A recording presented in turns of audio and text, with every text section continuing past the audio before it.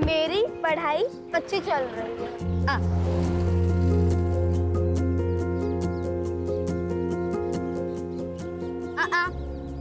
ताई please chocolate खानी है। ताई प्लीज ना, चॉकलेट चाहिए मुझे।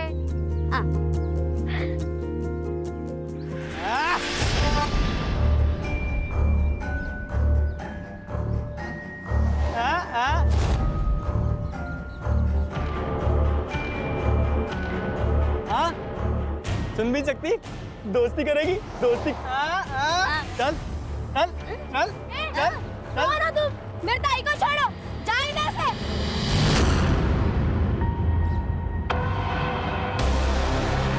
ए, अपनी मम्मी को जाके बोल दे तेरी ताई शाम को आएगी। चल ताई, चल ताई। खबरदार अगर इन लड़कियों के आसपास भी देखा मैंने तुम्हें तो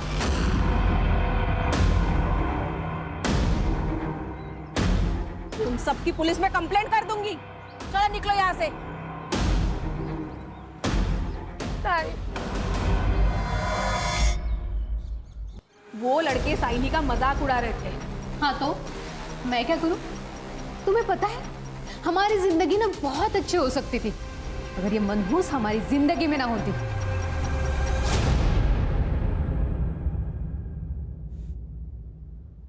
तुझे क्या लगता है मैं कम परेशान हूं? कितना अच्छा होता अगर पैदा होते ही मर जाती या अपनी मां के साथ मर जाती।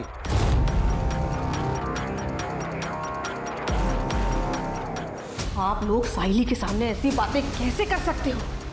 तुम्हारे घर में नहीं है ना, तब तुम ऐसे बढ़ बढ़ के बातें कर रही हो। अरे तुम्हें पता नहीं कितनी बड़ी बौद्रेशन है ये। ना कुछ सुनाई देता है ना कुछ बोल सकती है। देखो कैसे गाय की तरह दिन भर बस चढ़ती रहती है। कैसे ना हमारी गलती हो गई, हमें ना इसे बोर्डिंग स्कूल में डाल देना चाहिए था। नहीं तो क्या है वो, हाँ, मूक बधिरों के स्कूल में डाल देना चाहिए था। हमारा पीठ तो छूटता कम से कम।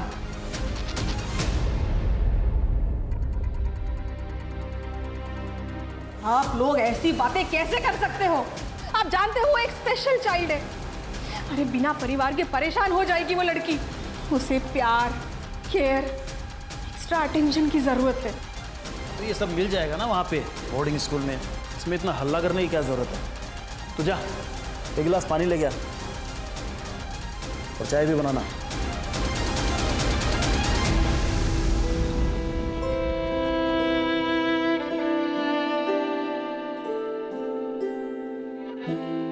मम्मी पापा तुझे दूर भेजने चाहते। हाँ हाँ हाँ हाँ हाँ ताई, अब आपको कैसे समझाऊं?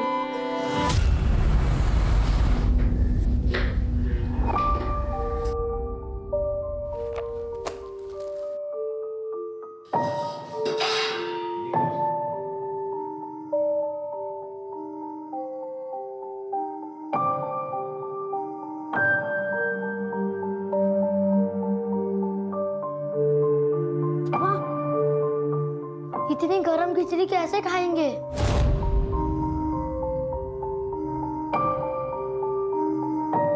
तू टाइम से घर नहीं आ सकती थी क्या? चलो बच्चा लोग,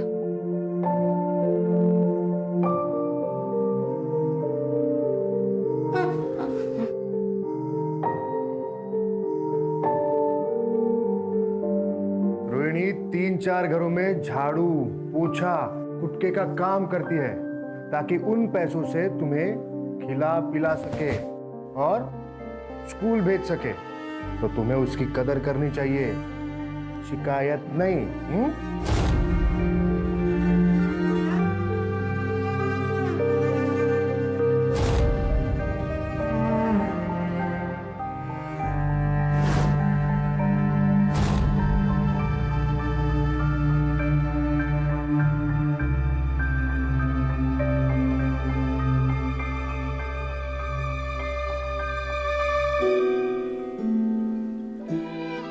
कह रही है कि उसे आने में लेट हुआ इसलिए उसे बुरा लग रहा है, पर पवार साहब की बीवी ने उसे एक्स्ट्रा काम दे दिया था जिसके उसे एक्स्ट्रा पैसे भी मिले।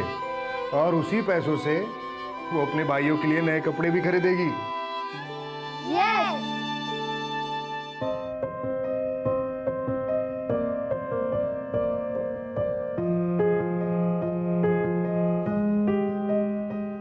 रोहिणी, मैंने एक एनजीओ में बात की है, वो तेरे 2 भाइयों के पढ़ाई को स्पॉन्सर करने के लिए तैयार है। एक बार स्पॉन्सर आ गए तो तेरे पैसों की समस्या खत्म हो जाएगी। ठीक है, मैं निकलता हूं।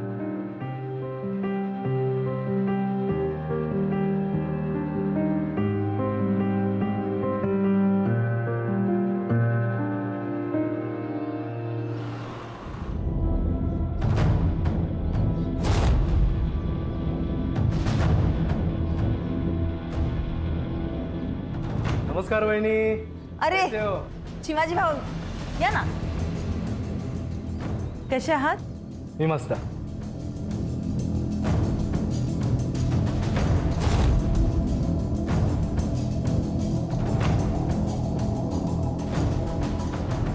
तुम्ही बसा ना, चाय पानी घ्या, मैं इनको बुला के लेके आती हूँ. हो.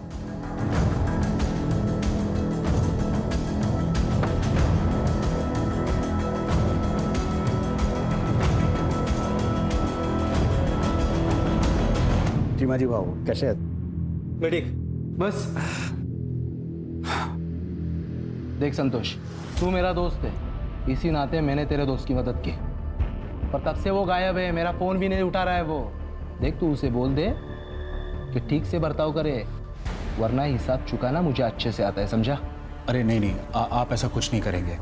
अब मैं उससे बात करके समझाता हूँ.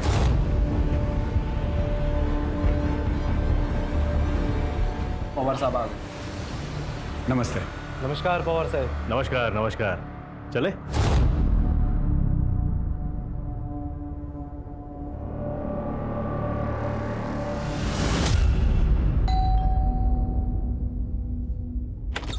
अरे कापसे साहेब या कसे आहात तुम्ही? नमस्ते वहिनी, तुम्ही कसे आहेत? मस्त मस्त, बसा ना. मन्या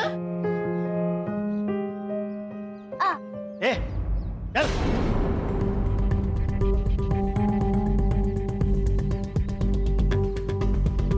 वो बता कैसा है? कैसा है तू? बड़ा सरदर्द है यार, पता नहीं कब पीछा छूटेगा इससे. तेरे प्रॉब्लम का सोल्यूशन है मेरे पास.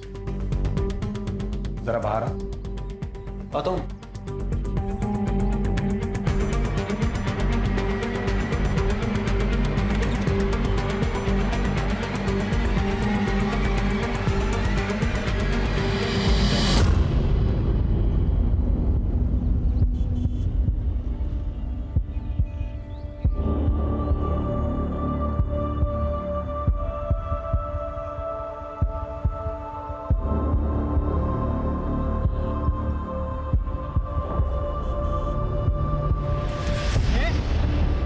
क्या समझती है अपने आप को? हाँ, उस दिन बहुत बनकर दिखा रही थी.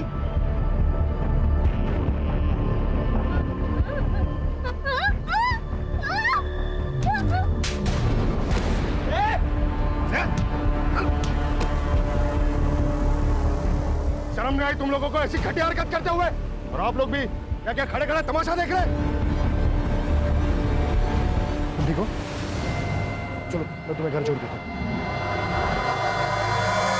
तुम्हें कुछ नहीं होगा, कुछ नहीं होगा. देखिए, एक एनजीओ है सहारा, मैं वहीं पे काम करता हूँ. हम साइली को वहाँ भेज सकते हैं. वहाँ ऐसे स्पेशल बच्चों के लिए स्कूल भी है. वहाँ साइली साइन लैंग्वेज यानी इशारों की भाषा भी सीख पाएगी. देखिए, हमें ज्यादा समझाने की जरूरत नहीं है. और क्या ही कर लेगी वो पढ़ लिख कर? हाँ, इसका कोई फायदा नहीं है. मैम, हमें कहीं नहीं भेजना है उसे. देखिए आप मुझे गलत समझ रही हैं. वहाँ उसका भविष्य. सर, आपने जो कुछ किया उसके लिए आपका बहुत बहुत धन्यवाद. आप प्लीज जाइए सर, प्लीज.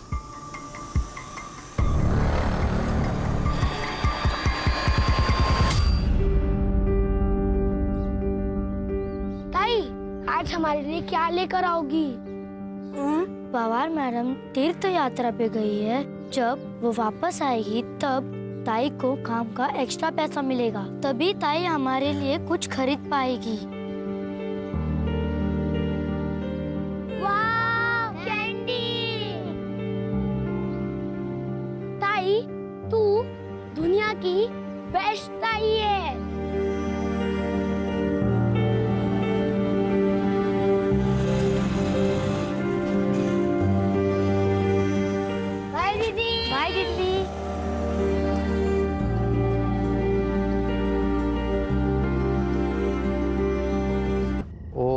एनजीओ वाला लड़का कौन आता है? केदार दादा। उसको फोन लगा, शायद उसको मालूम रहेगा तुम्हारी ताई कहाँ है।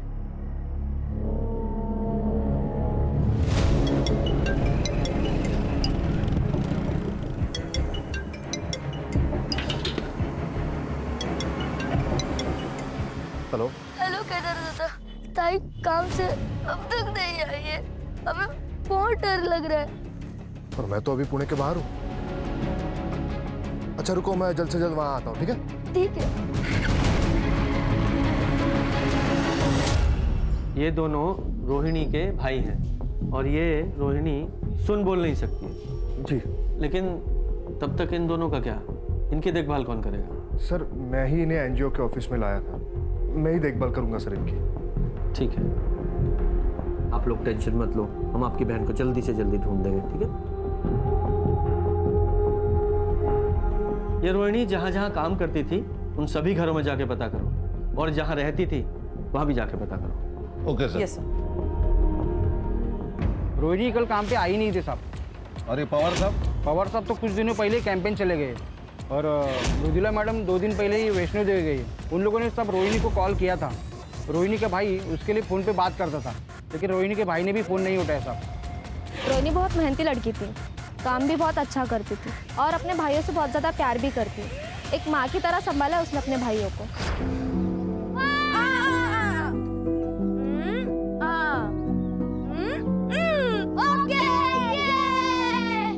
कभी कभी रोहिणी को घर आने में देर हो जाती थी। दोनों लड़कों को बहुत भूख लगती थी, इसीलिए रोहिणी ने एक तरीका निकाला था।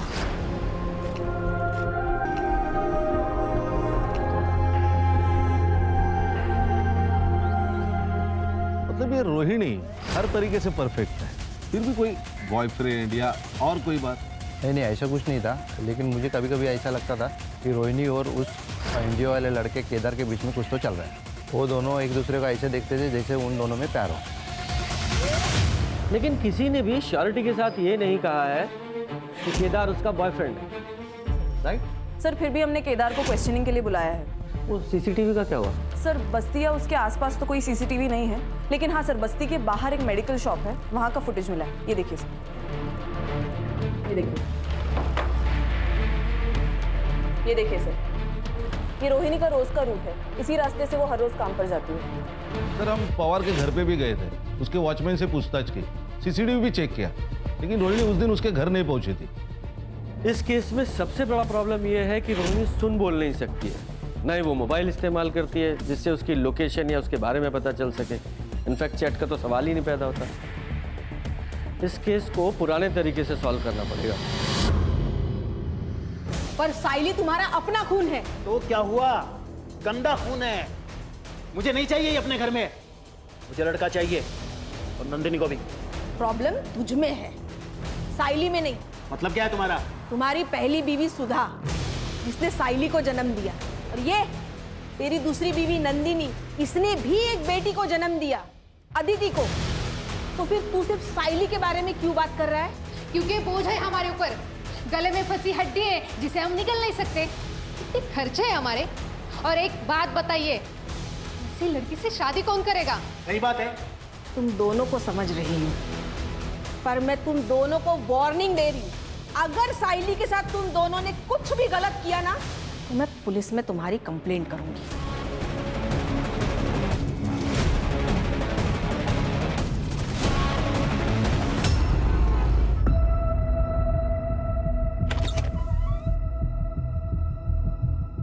कहाँ है तेरा बाप?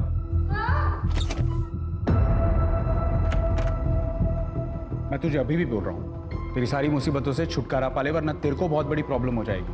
देख, जो ठीक लगे वो कर, मुझे इस प्रॉब्लम से छुटकारा चाहिए, बस। नहीं सर, मेरे और रोहिणी के बीच कोई रोमांटिक रिलेशन नहीं था। लेकिन पड़ोसियों ने तो तुम्हें रोहिणी का हाथ पकड़े हुए देखा था। सर उन्हें कोई गलतफहमी हुई होगी, मैं तो बस उसे इमोशनल सपोर्ट देने की कोशिश कर रहा था, क्योंकि मुझे पता है सर, जो लोग बोल और सुन नहीं सकते वो खुद को दुनिया में अकेला महसूस करते हैं। अच्छा, भाई साहब तो बहुत होशियार है। क्या पीएचडी की है सब मामलों में? नहीं सर, एक्चुअली मेरे आई बाबा बोल और सुन नहीं सकते, मुकबधिर है, और अकेला ही होने के नाते मैंने बचपन से देखा है कि ऐसे लोगों को बहुत दिक्कत होती है। इसलिए सर मैंने बचपन में ही सोच लिया था कि मैं ऐसे लोगों के लिए कुछ करूँगा। इसलिए सर मैंने एनजीओ ज्वाइन किया। तो मैं रोहिणी को कैसे तकलीफ पहुँचा सकता हूँ सर? वो तो बहुत यकीन करती थी मुझ पर। भले ही मैंने पिछले 2 साल में कुछ खास नहीं किया उसके लिए, पर सर मेरी उस पर कभी गलत नज़र नहीं गई। Trust me sir. ठीक है, फिलहाल के लिए ट्रस्ट कर लेते हैं, जा सकते हो, लेकिन रोहिणी की अगर कोई खबर मिले तो तुरंत हमें बताना। Okay sir.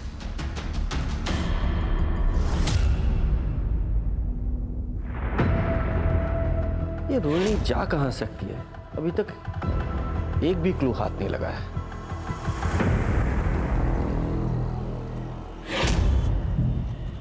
सॉरी, मुझे माफ कर दो। ये लो तुम्हारे लिए। तुम्हें ये गुलाब और चाहिए? ये गुलाब वहां पर बहुत सारे हैं। चलें? चल आ, चल चल। ए, तू रुक क्यों गई? चल। अरे आगे मिलेगा, आगे चल। अरे रुक, सुन तो, अरे चल ना। सुन।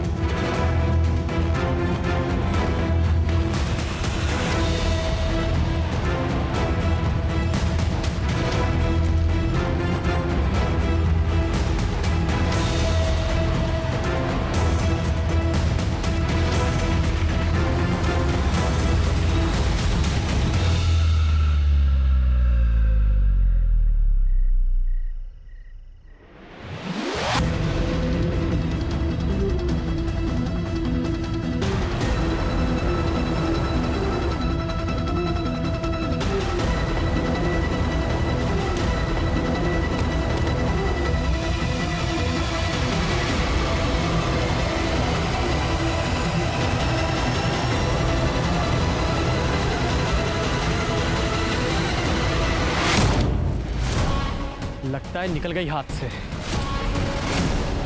आई ताई अभी तक नहीं आई। उसे ढूंढने के लिए जाओ ना। आई, तेरी बहन कोई छोटी बच्ची नहीं है, आ जाएगी वापस। वो रास्ता भटक गई तो? ये तो और अच्छी बात है, भगवान करे ऐसा ही हो।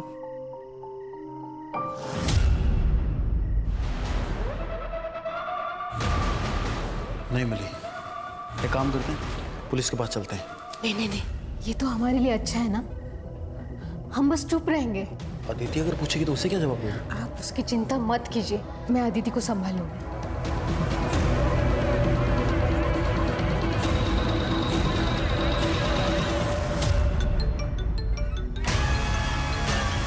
अदिति?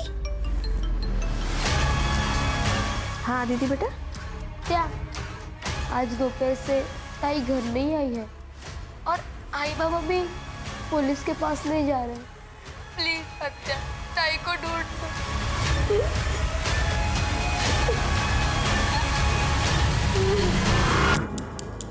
ये साइली 16 साल की है, एलिमुक बधिर है। होए साहब, मुझे शक है कि मेरे भाई और उसकी बीवी ने इसे गायब किया है। वो दोनों इससे नफरत करते थे। साहब जल्द से जल्द इसको ढूंढ निकालिए। हाँ बिल्कुल ज़रूर। अच्छा, साइली की पूरी डिटेल्स ले लो, जाइए आप। जी सर, आइए।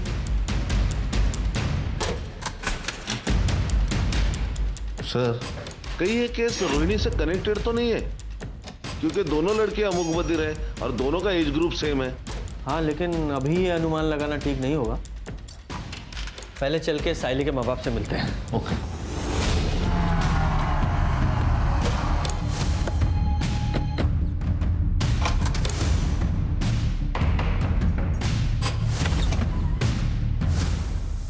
आप लोगों की बेटिंग मिसिंग है?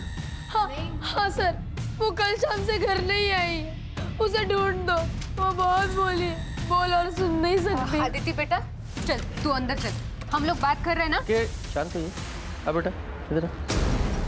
अरे सर चिंता की ऐसी कोई बात नहीं है। वो मेरी बहन के यहाँ गई होगी सर, हम उसको फोन करने वाले ही थे। ओ भाई साहब, आपके बहन ने ही थाने में कंप्लेंट लिखवाई है। सुन लिया?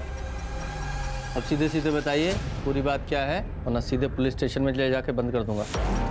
और तुम्हारी बहन ने सब कुछ बताया हमें। ये सच है कि मैं साइली को यहाँ से दूर बोर्डिंग स्कूल में भेजना चाहता था, लेकिन इसका मतलब ये थोड़ी है कि उसके गायब होने में मेरा हाथ है सर। अच्छा, उसे कोई परेशान कर रहा था?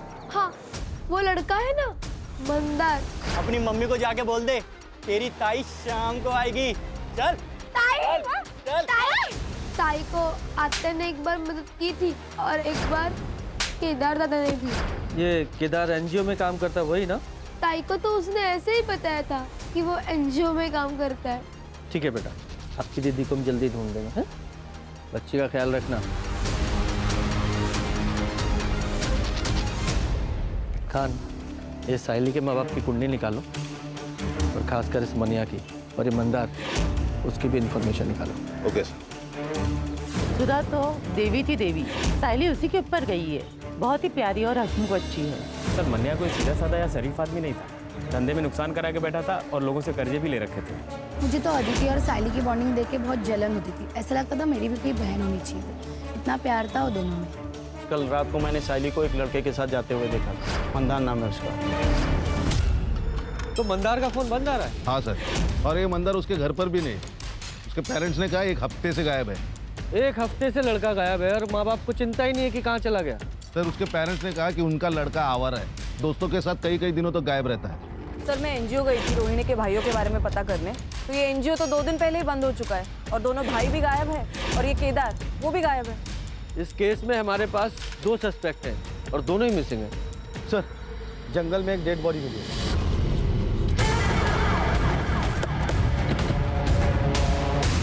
सीडीआर के अनुसार वो संतोष नाम के कॉन्ट्रैक्टर के साथ टच में था और कोई बिजनेसमैन भी है चिमाजी नाम का। इन सबसे बात करनी पड़ेगी, हो सकता है कोई जानकारी हासिल हो। जी सर।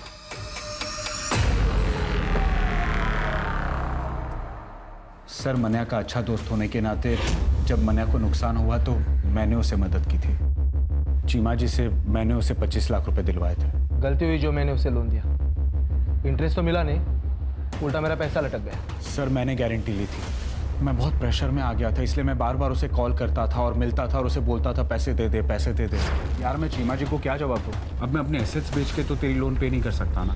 संतोष तो मेरे भाई जैसा है, कुछ भी करके उनको समझा दे।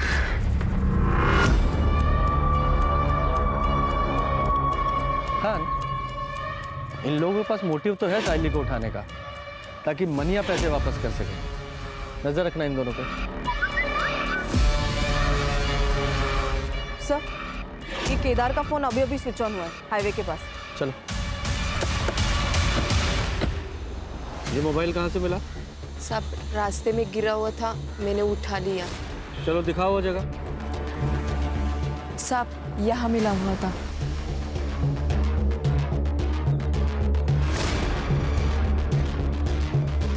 तो बाइक यहाँ से किसकी पड़ी है?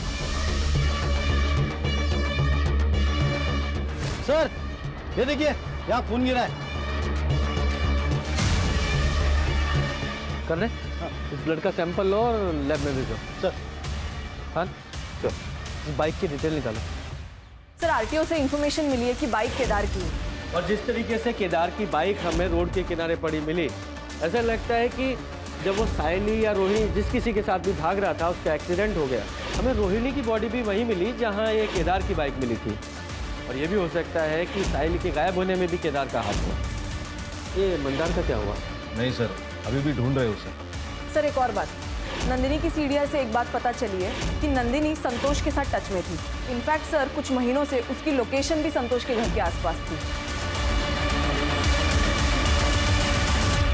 नहीं तो मैं क्यों संतोष के घर जाऊंगी? हाँ, बस 1-2 बार गई थी, वो भी मना के काम से। अच्छा, नहीं मुझे तो पता चला कि पिछले 2 महीने में 15 बार तुम वहाँ गई थी। ठीक है, कोई बात नहीं, मैंने से ही पूछ लेती हूँ, वही मुझे बता दे शायद तुम वहाँ क्यों गई थी। मैडम, वो मेरा और संतोष का अफेयर चल रहा है।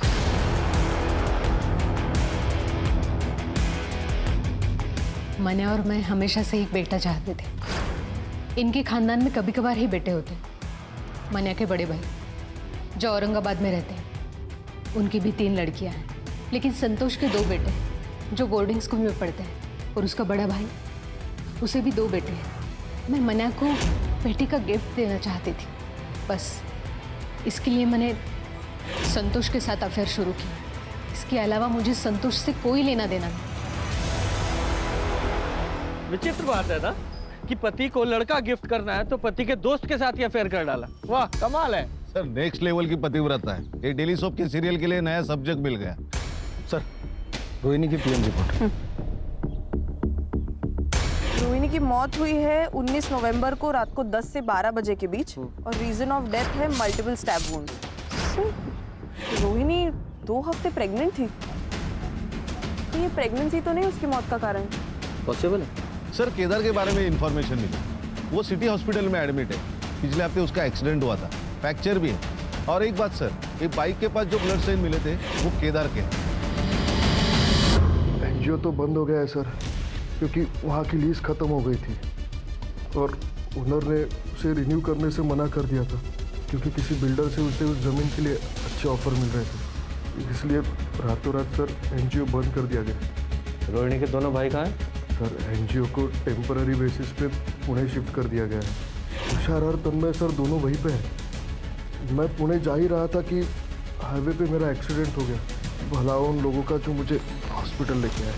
तुम्हें पता है रोहिणी का मर्डर हो गया है और वो साहिली वो गायब है। मैं तुषार और तन्मय को कैसे बताऊंगा कि बहन मर गई?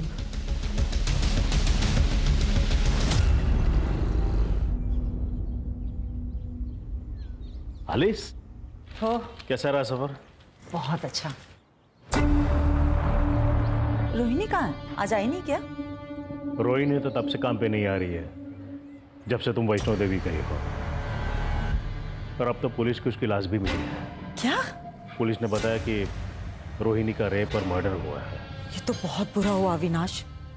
आप किसी भी हाल में उसके कातिल को ढूंढवाओ और उसे सजा दिलाओ। अपने पूरे पावर का इस्तेमाल करो और उस बेचारी को इंसाफ दिलाओ।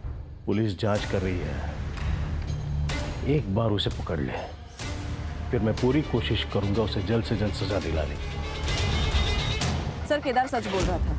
पुणे पुलिस ने भी कंफर्म किया है कि एनजीओ टेम्पररी बेसिस के लिए वहां शिफ्ट हो गया, और रोहिणी के दोनों भाई तुषार और तन्मय भी वहीं पर थे। Thank God.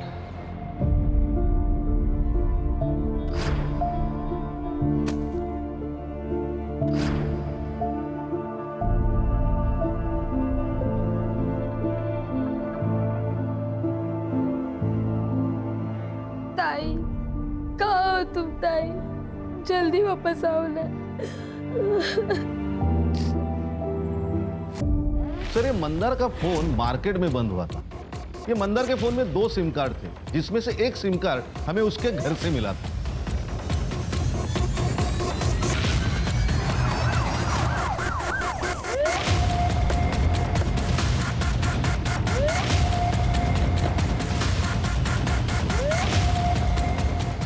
सर यही लोकेशन है। चलो चेक करो।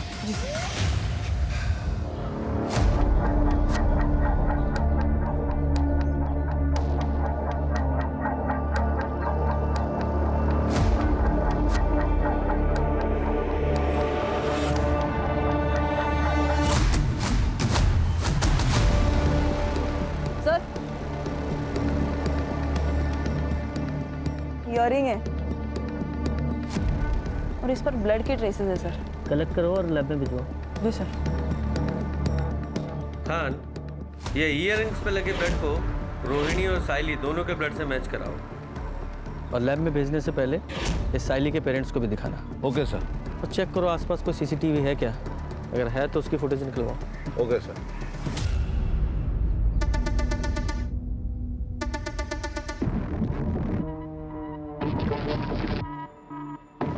ये तो मेरे ताई के हैं। आप उन्हें लेके नहीं आए? कहाँ है मेरे ताई? बेटा हम साइली को जल्द से जल्द ढूंढ लेंगे। प्रॉमिस? प्रॉमिस। सर वो जो इयरिंग्स पे ब्लड मिला था वो रोहिणी और साइली दोनों के ब्लड से मैच नहीं होता। और हाँ सर, वो जो ब्लड हमें रास्ते पर मिला था उसके आसपास का सीसीटीवी हमने चेक किया तो उसमें एक गाड़ी नजर आ रही है जिसमें एक लड़की लेटी हुई है। उसका चेहरा तो क्लियरली दिख नहीं रहा, और सर गाड़ी का नंबर भी क्लियरली नहीं दिख रहा। उस पूरे एरिया को फिर से चेक करते हैं।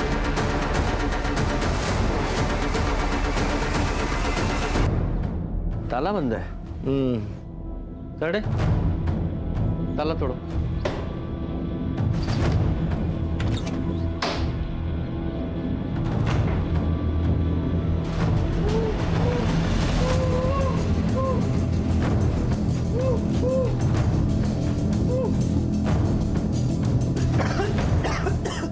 अच्छा पानी दो।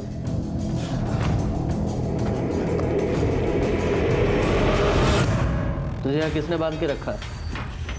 उस रात जब मैं साहिनी के साथ था तो मुझे किडनैप कर लिया गया।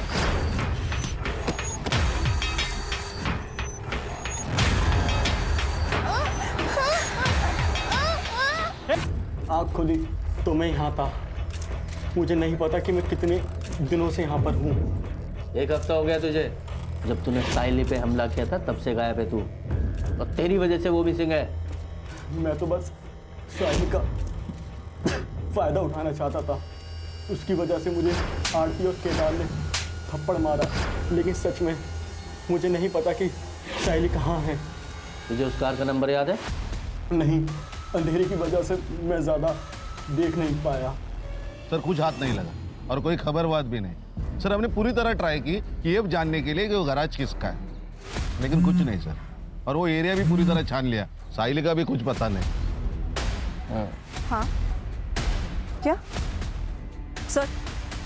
हाईवे के पास एक लड़की मिली है बेहोश हालत में, और उसका डिस्क्रिप्शन भी साहिल से मैच होता है। अच्छा तुरंत वहां जाओ।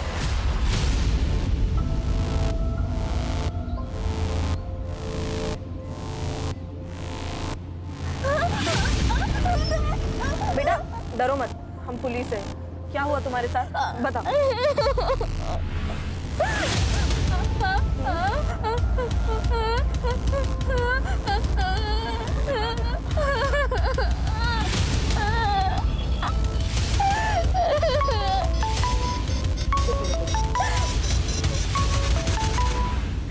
हेलो सर, हम साइली को मेडिकल टेस्ट के लिए लेके जा रहे हैं। और हाँ सर, हमें शायद केदार की मदद लगे।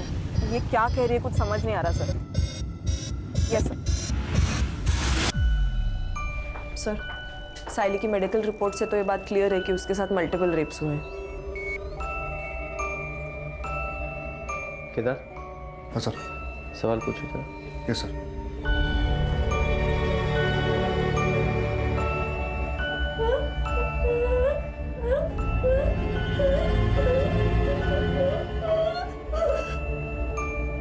सर मैं कुछ समझ नहीं पा रहा हूँ। ये प्रॉपर साइंस यूज नहीं कर रही है। ये रोहिणी की तरह स्पेशल स्कूल गई नहीं है ना। तो फिर कौन है जो इसकी भाषा समझ सकता है? सर मुझे पता है कि हमारी मदद कौन कर सकता है।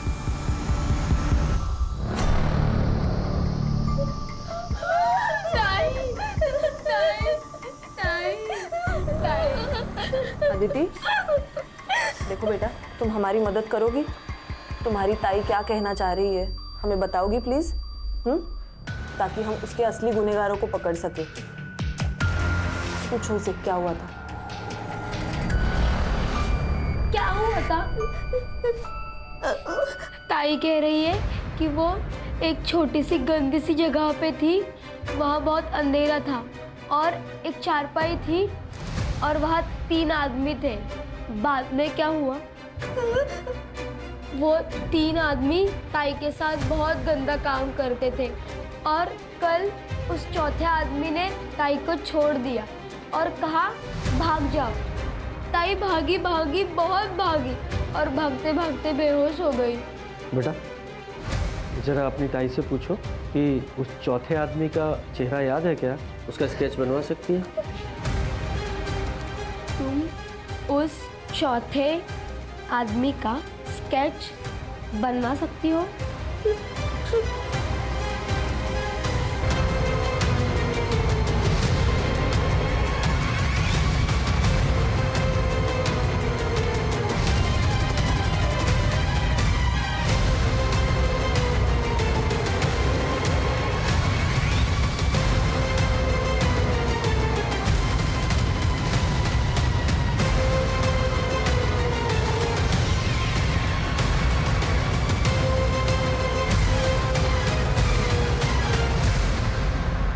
स्केचेस।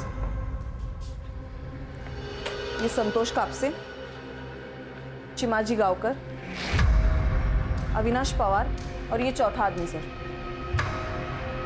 बबलू, ये संतोष का ड्राइवर कम सर्वेंट, इन चारों को उठा के लाओ अभी के अभी। तुम चारों खुद से बोलना शुरू करोगे या हम अपने तरीके से को बुलवाएं? बोलो। सर, हम तीनों ने इससे पहले भी अपने अपने घरों के मेड के साथ कई बार रेप किया है और फिर हम उन्हें अच्छे पैसे भी देते थे ताकि वो अपना मुंह बंद रखें। सर, हमें कम उम्र की लड़कियों के साथ रेप करने में हमें बहुत मज़ा आता है। और फिर एक दिन पवार साहब ने हमें एक मूक बधिर लड़की रोहिणी के बारे में बताया था। और सबसे बड़ी बात, वो किसी को बता भी नहीं सकते कि हमने उसके साथ क्या किया है। सर, बबलू मेरे भरोसे का ड्राइवर कम नौकर है। उसने रोहिणी को पवार साहब के घर जाने से पहले ही किडनैप कर लिया। मेरे फार्म हाउस पर लेके आया और हम तीनों ने उसका रेप किया, बता ना सके और अपना मुंह बंद रखे। हमें दिव्यांग लड़कियों का रेप करने में तीनों को किक मिली। अब हमें ऐसी लड़की चाहिए थी, तो तभी संतोष ने हमें साइली के बारे में बताया। और जब ये बबलू साइली को किडनैप तो वो ऊपर ही छोड़ दिया था कि क्या करना है। सर, हम मंदार को मारने ही वाले थे कि आप सब उस तक पहुंच गए, इसलिए हम सब डर गए और साइली को छोड़ दिया। सर, हमें लगा कि वो मूक बधिर है, किसी को क्या बताएगी। और उसी मूक बधिर लड़की ने तुम चारों हैवानों के चेहरे हमारे सामने ला दिए। रोहिणी के साथ क्या किया? सर, हम रोहिणी से थक गए थे, फिर किसी ने हमें रोहिणी को मारने का ऑफर दिया। किसने ऑफर दिया?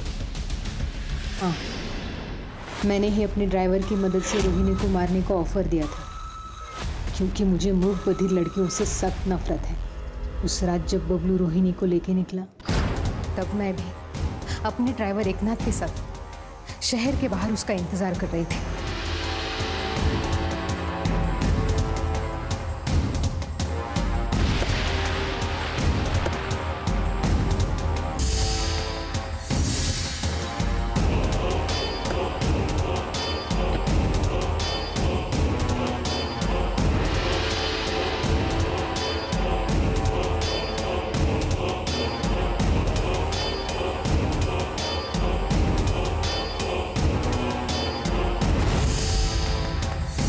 चिमा जी को खुश करना चाहती थी ताकि वो मेरे और मन्या के खिलाफ कोई लीगल एक्शन ना ले, क्योंकि मन्या ने उनका पैसा नहीं लौटाया था, वरना हम घर बार सब कुछ खो देते थे। चिमा जी ने तो हमें और टाइम देने का वादा किया था अगर हम उन्हें रोहिणी से छुटकारा दिला देते। तो तुम्हें पता था साइली को बबलू ने किडनैप किया है और वो सब लोग मिलकर उसके साथ क्या करने वाले हैं? मुझे बस इतना पता था कि साइली का हमारी जिंदगी से जाना हमारे लिए सबसे अच्छी बात है। सर, केदार का जो एनजीओ है सहारा, उसे अब एक नई जगह मिल गई है, साइली का घर। मन्या ने खुद अपने मन से उसका घर एनजीओ को दे दिया, वो भी फ्री में। और ये एनजीओ साइली को भी मदद करेगी और इसमें आदित्य हाथ बटाएगी। और ये केदार, ये भी बहुत खुश है सर। हमें अपनी सोसाइटी में केदार जैसे लोगों की जरूरत है ताकि आगे जाके पुलिस को भी हेल्प हो। सही कहा सर।